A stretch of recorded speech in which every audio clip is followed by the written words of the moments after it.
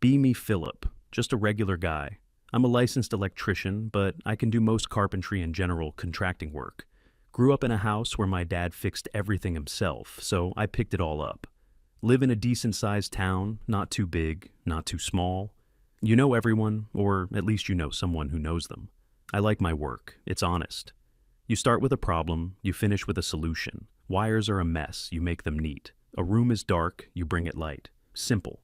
Don't get involved in politics or online drama. I have my own life to worry about. Go to work, hang out with my friends, watch the game, maybe go fishing on the weekend. So one day, I'm scrolling through the local news site on my lunch break. See an article that catches my eye. The old community hall on the east side of town, the one that's been abandoned for like a decade, is finally getting renovated. Good news, I thought. That place has been a real eyesore. Broken windows, graffiti, weeds everywhere. The article says a nonprofit group got a grant from the city to fix it up. The group is called the Women Rise Collective. Okay, cool. A women's group. Don't really care what it's called as long as they fix the place. The article has a big picture of the group's founder and leader, Tiana. She's standing in front of the rundown building with her arms crossed, smiling. Looks very confident, very sure of herself. The article is basically just a long interview with her. She talks a lot about their mission. They want to turn the building into a place called The Haven. It's supposed to be a safe space for women, a place for workshops, community meetings, and art studio, that kind of thing. Sounds fine, nothing wrong with that. But the way she talked was intense, lots of buzzwords. She said the project was about more than just construction. It was about dismantling patriarchal structures and creating a space entirely free from the male gaze and its inherent toxicity. She mentioned that the renovation would be done entirely by female volunteers, a way to empower women to reclaim skills in spaces typically dominated by men. I read that and just kind of shrugged. Seemed a little preachy, but whatever. Their project, their rules. I finish my sandwich and go back to work, forget all about it. A week or so later, I'm having a beer with my two best buddies, Mike and Dave. Mike's a plumber, a real master at his craft. Dave is a general laborer, strong as an ox, and knows his way around any construction site. We've done side jobs together for years. We're talking about work, and I mentioned the article about the old community hall. Dave knew all about it. Oh yeah, that place. My cousin's wife is part of that group. They're all super excited. Mike laughed. Good luck to them. That building's a wreck. The plumbing in there is ancient, all galvanized pipe, probably rusted solid. I nodded. The wiring is worse. I did a walkthrough for a different potential buyer years ago. It's all original knob and tube, with some sketchy updates from the 70s. It's a fire hazard waiting to happen. The whole place needs to be gutted down to the studs.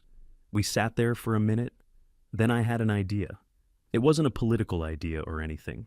It was just a practical, neighborly thought. You know, I said, we've got a couple of free weekends coming up. What if we offered to help them out? Mike looked at me. For free? Yeah, why not? It's a community project. It'll make the neighborhood look better. We could at least help them with the heavy demo and the dangerous stuff, like the electrical and plumbing rough-in. Get them started on the right foot.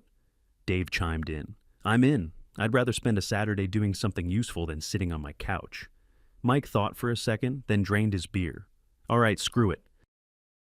I'm in too, but if they're weird about it, I'm out. So we agreed. We were just three local guys with skills, offering to help our community. What could possibly go wrong? A few days later, I saw a flyer posted at the local hardware store. The Women Rise Collective was hosting a community kickoff event at the site. It was for that Saturday, perfect timing. We decided we'd go down, introduce ourselves, and make our offer in person. Seemed like the right way to do it. Saturday rolls around. It's a nice sunny day. We head over to the old community hall. There's a decent crowd, maybe 40 or 50 people, almost all women. There's a guy from the local paper with a camera and a woman who looked like a blogger. A long table was set up with coffee and donuts. Tiana was in the middle of everything, talking, laughing, directing people. She had a real presence, I'll give her that. We kind of hung back, not wanting to intrude. We figured we'd wait until she was done with her speech. She eventually stood on the front steps of the building with a megaphone.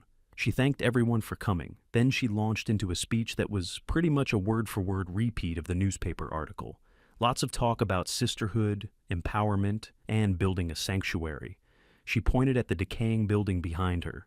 For too long, she said into the megaphone, spaces like this have been designed and built by men, for men. The very architecture reflects a world we are trying to change, but we are going to change it with our own two hands.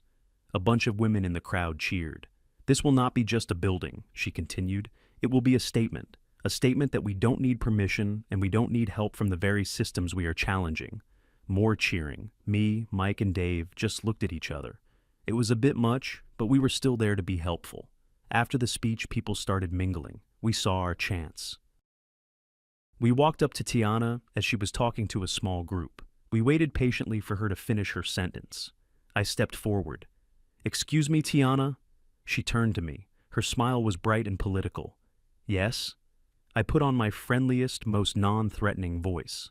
"Hi, my name is Philip, and this is Mike and Dave. We live just a few blocks from here." I pointed down the street. "We saw the article about your project, and we think it's great that someone's finally fixing this place up." Her smile stayed in place. "Thank you. We're very excited." "So," I continued, "we just wanted to offer our help. I'm an electrician, Mike here is a plumber, and Dave's got years of construction experience. We know this building has some serious issues, and we'd be happy to volunteer some of our weekends to help you with the tough stuff. The demolition, the wiring, the plumbing. No charge, of course. Just want to help the community." The smile vanished from her face. It didn't just fade, it was like a switch was flipped. Her expression turned to stone. She looked at me, then at Mike, then at Dave.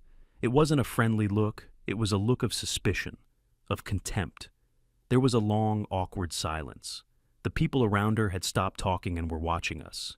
She finally spoke, her voice several degrees colder than before. "Thank you for the offer," she said, drawing out the word like it tasted bad. "But that won't be necessary." I was a little taken aback. "Oh, okay. Well, it's just that the wiring in here is pretty dangerous," and she cut me off. She raised her voice slightly, enough for everyone nearby to hear clearly. "We are perfectly capable of managing the renovation ourselves. The entire point of this project is to create a space for women to learn and thrive, free from male interference." It was getting really awkward now. I could feel my face getting hot. I tried one last time. "Look, I'm not trying to interfere. I'm just offering a hand." Safety is a big deal on a job like this. That's when she turned it into a public lesson. She took a step back and addressed not just us, but the whole circle of people listening. "This, right here," she said, gesturing towards us with a sweep of her hand. "This is a perfect example of what we're talking about. The assumption that women can't do something, that we need men to rush in and save us." My jaw just dropped. Mike and Dave looked like they'd been slapped. "We're not saying that," Mike muttered. "We're just—" Tiana ignored him, her voice ringing with self-righteousness. "This space will be built by the hands of our sisters. We will learn together, we will build together, and we will do it without the toxic masculinity that plagues the construction trades. We do not need your help." The message was crystal clear. We were the problem. Our offer wasn't a kind gesture, it was an act of aggression, an invasion. There was nothing left to say. We were completely humiliated. I just nodded slowly. "All right, understood. Good luck with the project." We turned around and walked away. I could feel dozens of eyes on our backs. As we were leaving the property, I glanced back. I saw one woman in the group, a younger woman named Katie, watching us go. She wasn't sneering like some of the others. She just looked uncomfortable, like she knew Tiana had gone too far. We didn't say a word to each other on the walk back to my truck. What was there to say? We just got in, and I drove us back to my place. We ended up sitting in my garage, drinking a beer in complete silence for about 10 minutes. Finally, Dave spoke. "Well, that was something." Mike just shook his head. "I told you if they were weird, I was out. I didn't expect a public execution." "She called my entire profession toxic," I said, still trying to process it. "I've been doing this for 15 years. I take pride in my work. I'm not toxic." It was a classic case of no good deed goes unpunished. We finished our beers and decided to just forget the whole thing. They had their project. We had our lives. Let them get on with it. For the next few weeks, the Women Rise Collective was all over local social media. Every day there was a new post. Pictures of a dozen women in brand new hard hats, all clean and shiny. Pictures of them smiling and holding up hammers and paint rollers. They all wore matching t-shirts with the NGO's logo on them. Tiana would write these long, gushing captions under every photo. Day 1, Demolition Day, so empowering to tear down the old to make way for the new. The picture was of 2 women struggling to pry a piece of trim off a wall with a small crowbar. Day 5, the haven is taking shape. Look at the progress we've made with the power of sisterhood. The picture showed a room that they had swept clean. The pile of debris was still in the corner. Day 10, painting party, bringing color and life back into these walls. It's so healing to work in an environment free of judgment. The picture was a group of them painting over water-stained, crumbling plaster. They weren't scraping or priming, just slapping a coat of bright pink paint right on top of the damage. As a professional, it made me physically cringe, but they were having fun, or at least, they were posting like they were having fun. The comments were always a flood of support. You go, girls! So inspiring. This is what feminism looks like. I tried to ignore it. Really, I did. But their project was right on my way to the supply house, so I drove by it almost every day. For the first month, there was a lot of activity. I saw them carrying out old furniture, pulling up disgusting old carpets, cleaning windows. It was all surface-level stuff. The kind of work that makes it look like you're making a ton of progress, even when you're not touching the real problems. The structural, electrical, and plumbing issues were still there, lurking under the fresh coat of paint. I remember one Saturday, I was driving by and saw them trying to take down a non-load-bearing interior wall. There were about 5 of them. They had one sledgehammer. One woman would take a swing. The hammer was clearly too heavy for her. The swing would be wild, and it would bounce off the plaster with a dull thud, leaving a small dent. Then she'd be out of breath and hand it to the next woman. They were taking turns, laughing about it, but they were getting nowhere. I just shook my head and kept driving. It wasn't my problem. Then, about a month and a half into their project, the social media posts started to slow down. The daily updates became weekly updates. The triumphant tone started to sound a little more strained. The pictures showed less smiling and more frustrated expressions. The easy work was done. Now they were face to face with the real, difficult, and dangerous parts of a renovation. The parts you can't learn from a 5-minute YouTube video. I heard from Dave's cousin that they had their first major issue with the plumbing. They tried to install a new toilet in one of the bathrooms. They didn't shut off the main water line correctly. When they disconnected the old toilet, a corroded valve broke, and water started spraying everywhere. They panicked. It took them nearly an hour to find the main shutoff in the creepy dark basement. By then, the bathroom and part of the hallway were flooded.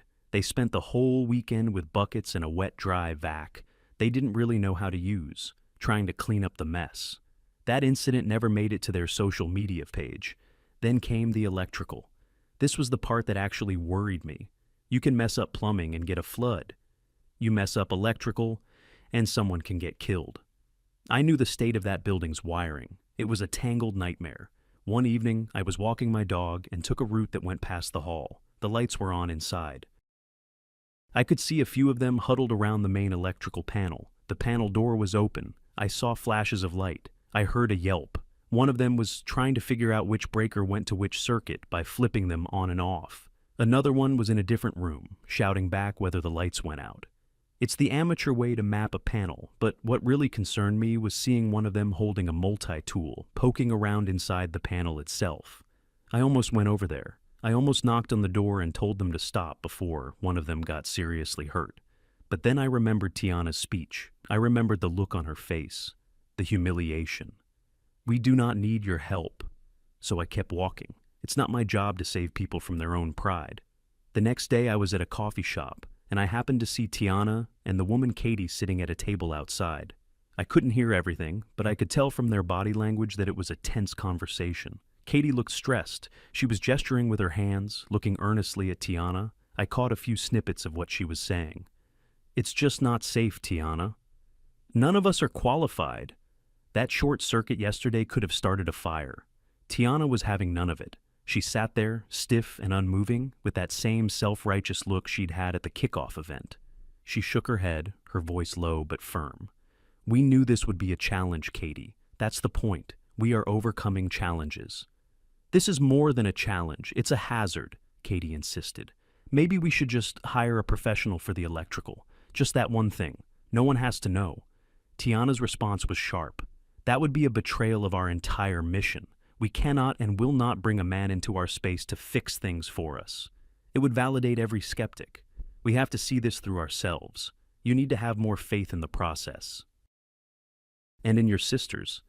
Katie slumped back in her chair, defeated. The conversation was over. Ideology had won out over common sense. I knew right then and there that this project was doomed. It was no longer a question of if it would fail, but when and how badly.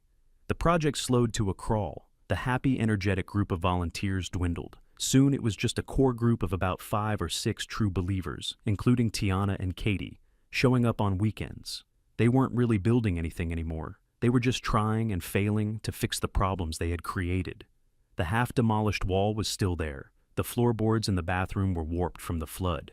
And a good portion of the building's lights no longer worked because of their experiments with the wiring. The haven was starting to look more dangerous and dilapidated than it had when they started. Meanwhile, my life just went on as normal. One afternoon, I was at the local animal shelter. My old dog had passed away a few months prior, and I was finally ready to think about adopting another one. I was talking to the director, a kind older woman named Mrs. Gable. The shelter was clean, and the animals were well cared for, but the building itself was falling apart. The kennels were old and rusty. The lighting was dim. The floor was cracked concrete. Mrs. Gable sighed as she showed me around. We do our best with what we have, she said. We run entirely on donations, and there's never enough to cover major repairs. Our dream is to build a new kennel block, but that's years away. I looked around at the flickering fluorescent lights and the aging cages. And then I had another idea. It was the same idea I'd had before, but this time I had a feeling it would be better received. I went home and called Mike and Dave. I told them about the shelter. I told them about Mrs. Gable. I told them I had a place that could actually use our help.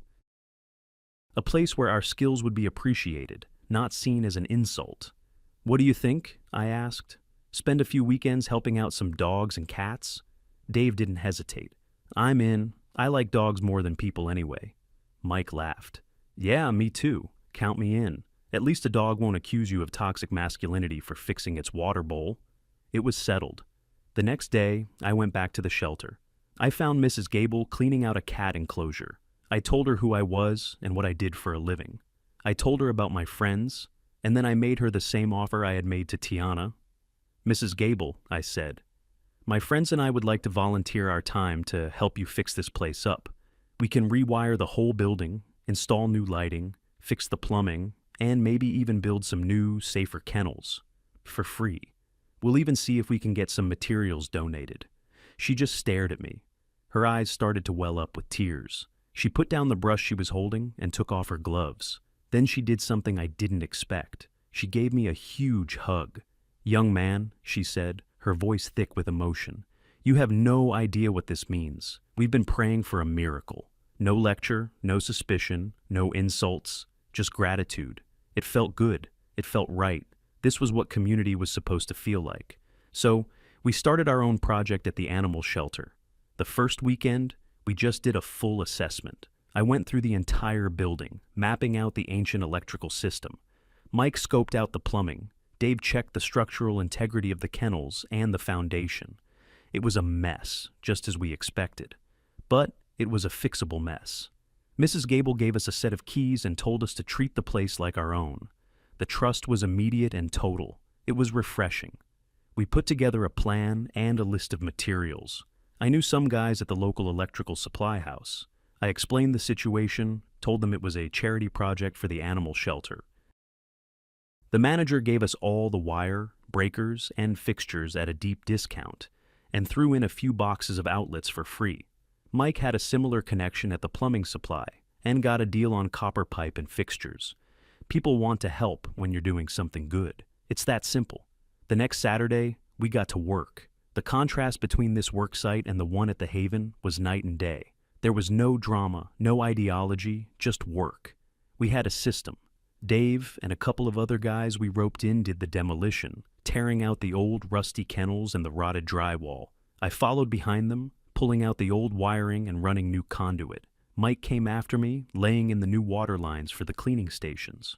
We worked from morning till evening, fueled by coffee and donuts that Mrs. Gable and her volunteers brought us. They never got in the way. They just asked if we needed anything, made sure we were fed, and thanked us about 100 times a day.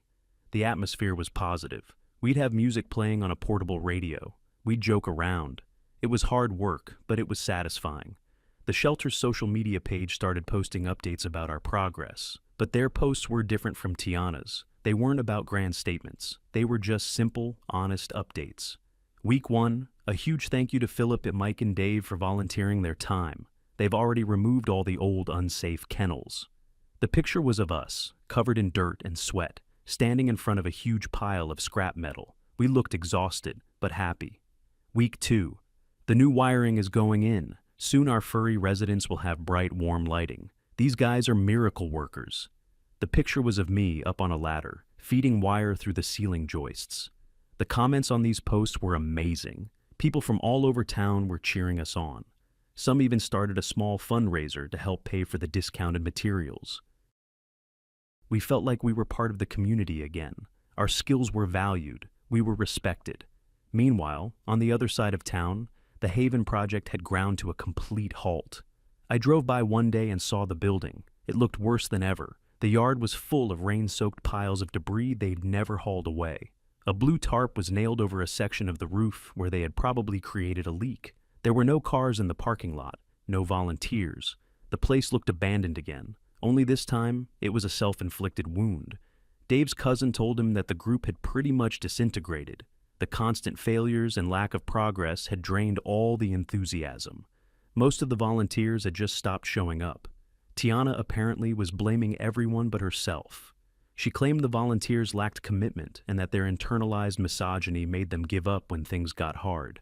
It was never her fault, of course. It was the fault of the world that wasn't living up to her expectations. The tipping point came a few weeks later. I got a call from one of the volunteer firefighters I know. He was laughing so hard he could barely speak. He told me they had just gotten a call to the old community hall. It wasn't a fire, thankfully. It was a medical assist. Apparently, the last handful of Tiana's followers had decided to make one final push to get the electrical working. One of them, trying to wire a new outlet without turning off the power, had gotten a nasty shock. She wasn't seriously injured, he said, just a jolt that threw her back. But she was terrified and had called an ambulance. Standard procedure for a workplace accident, even a volunteer one, is a follow-up from the city. The next morning, the city's building inspector showed up at the Haven. I wish I could have been a fly on the wall for that. The inspector was a guy named George. He's a no-nonsense by-the-book veteran who has seen everything. According to the story that made the rounds later, George walked in, took one look around, and his jaw hit the floor. He saw the amateur electrical work, with exposed wires and overloaded junction boxes. He saw the main support beam in the basement that had been notched to run a pipe through, dangerously compromising its integrity. He saw the water damage from the plumbing disaster, which was now growing a nice crop of black mold. He saw the half-demolished wall that was threatening to collapse. He walked through the building for almost an hour, just shaking his head and taking notes on a clipboard. Tiana was apparently following him around, trying to explain her vision. She told him they were learning as they went, that it was a process of empowerment. George wasn't impressed by her buzzwords. He deals in codes and safety, not ideologies. He finished his inspection, went out to his truck, and came back with a huge bright red sticker. He slapped it right on the middle of the front door. Unsafe for occupancy, all work to cease immediately. By order of the city building department. He told Tiana that the building was now officially condemned until a licensed and insured contractor was hired to undo all the damage they had done and bring the entire structure up to code. He handed her a report that was pages and pages long, detailing every single violation. The project was dead. She had not only failed to build her haven, she had made the building significantly worse than it was when she started. The fallout was swift and brutal. The local paper ran a front-page story. Community project halted due to gross safety violations. The article included quotes from George the inspector, who called the work a disaster waiting to happen and the most dangerously amateur construction I have seen in my 30-year career. The article also mentioned, as a small but crucial detail, that a group of local tradesmen had offered their professional help for free at the beginning of the project, but had been publicly rejected by the organizers. The comments section on the newspaper's website was an absolute bloodbath. Everyone in town, it seemed, had an opinion. The overwhelming sentiment was that Tiana's arrogance and ideology had led directly to this failure. People were furious that their city grant money had been wasted. The Women Rise Collective Facebook page was flooded with angry comments. Tiana tried to do damage control. She posted a long, rambling statement. She didn't apologize. She didn't take any responsibility. Instead, she blamed the building inspector, calling his report an attack by the patriarchal establishment. She blamed the city for having unnecessarily complex regulations designed to keep women out of the trades. She even blamed the woman who had gotten the shock, implying she had been careless. It was a masterclass in narcissism, but nobody was buying it anymore. The final nail in the coffin came from within her own group. Katie, the one who had looked uncomfortable when we were rejected, finally had enough. She wrote a long public post on her own page, officially announcing her resignation from the collective. She wrote that she had joined the group with good intentions, but had become disillusioned by a leadership that valued performative ideology over actual results, and, more importantly, over people's safety. She said that pride and a refusal to accept help had destroyed a project that could have done real good. She ended her post by publicly apologizing to the local tradesmen who offered their expertise from the beginning and were treated so disrespectfully. That was it. The collective imploded, the grant was rescinded by the city, and a lien was placed on the building to cover the costs of having it secured. The haven was now officially a ruin, and Tiana was a local laughingstock. A couple of months went by. Our work at the animal shelter was complete. The place was transformed. We had installed new bright LED lighting everywhere. All the wiring was safe and up to code. Every kennel had a new automatic watering system that Mike had designed, and Dave had led the team in building a whole new block of spacious, clean, secure kennels out of concrete block and chain link. The shelter looked amazing. The animals were happier. The volunteers were ecstatic. Mrs. Gable decided to hold a grand reopening event to thank the community and show off the new facility. The whole town was invited. The day of the event was incredible. Hundreds of people showed up. The local news was there. There was a barbecue, and families were touring the new kennels. Kids were playing with puppies. It was just a purely happy, positive community event. During the ceremony, Mrs. Gable stood up to give a speech. She thanked everyone for their donations. And then she called me, Mike, and Dave up to the front. We were not expecting it. We stood there awkwardly as she told the whole town what we had done. She didn't just thank us, she praised our skill, our dedication, and our generosity. She called us pillars of the community and examples of the best our town has to offer. When we were in desperate need, she said to the crowd, these men didn't see a problem. They saw a chance to help. They asked for nothing in return, and they gave us everything. This shelter, this beautiful, safe place for our animals, would not be here today without them. The entire crowd burst into applause. It wasn't a short, polite clap. It was a genuine, heartfelt standing ovation. I'm not an emotional guy, but I felt a lump in my throat. All we had ever wanted was to use our skills to do some good. After all the humiliation and rejection from Tiana, this was validation. Pure and simple. After the speech, as we were grabbing a burger, someone tapped me on the shoulder. I turned around. It was Katie. She looked different, less stressed, calmer. Hi, she said quietly. Hey, I replied. There was an awkward pause. I just wanted to find you and say it in person, she said, looking me right in the eye. I'm so sorry for how you were treated that day. It was wrong. There's no excuse for it. She gestured around at the happy crowd and the renewed shelter. What you guys did here? It's incredible. This is what it's supposed to be about. I looked at her. I could have been a jerk about it. I could have gloated. But what was the point? The world had already delivered the verdict. So I just gave her a small smile and a nod. Water under the bridge, I said. We just wanted to help. She nodded, a look of relief on her face. Well, you certainly did. She walked away, and I rejoined my friends. We stood there, watching families adopt dogs and cats, taking them home from the safe, solid building we had helped to build. Mike clapped me on the back.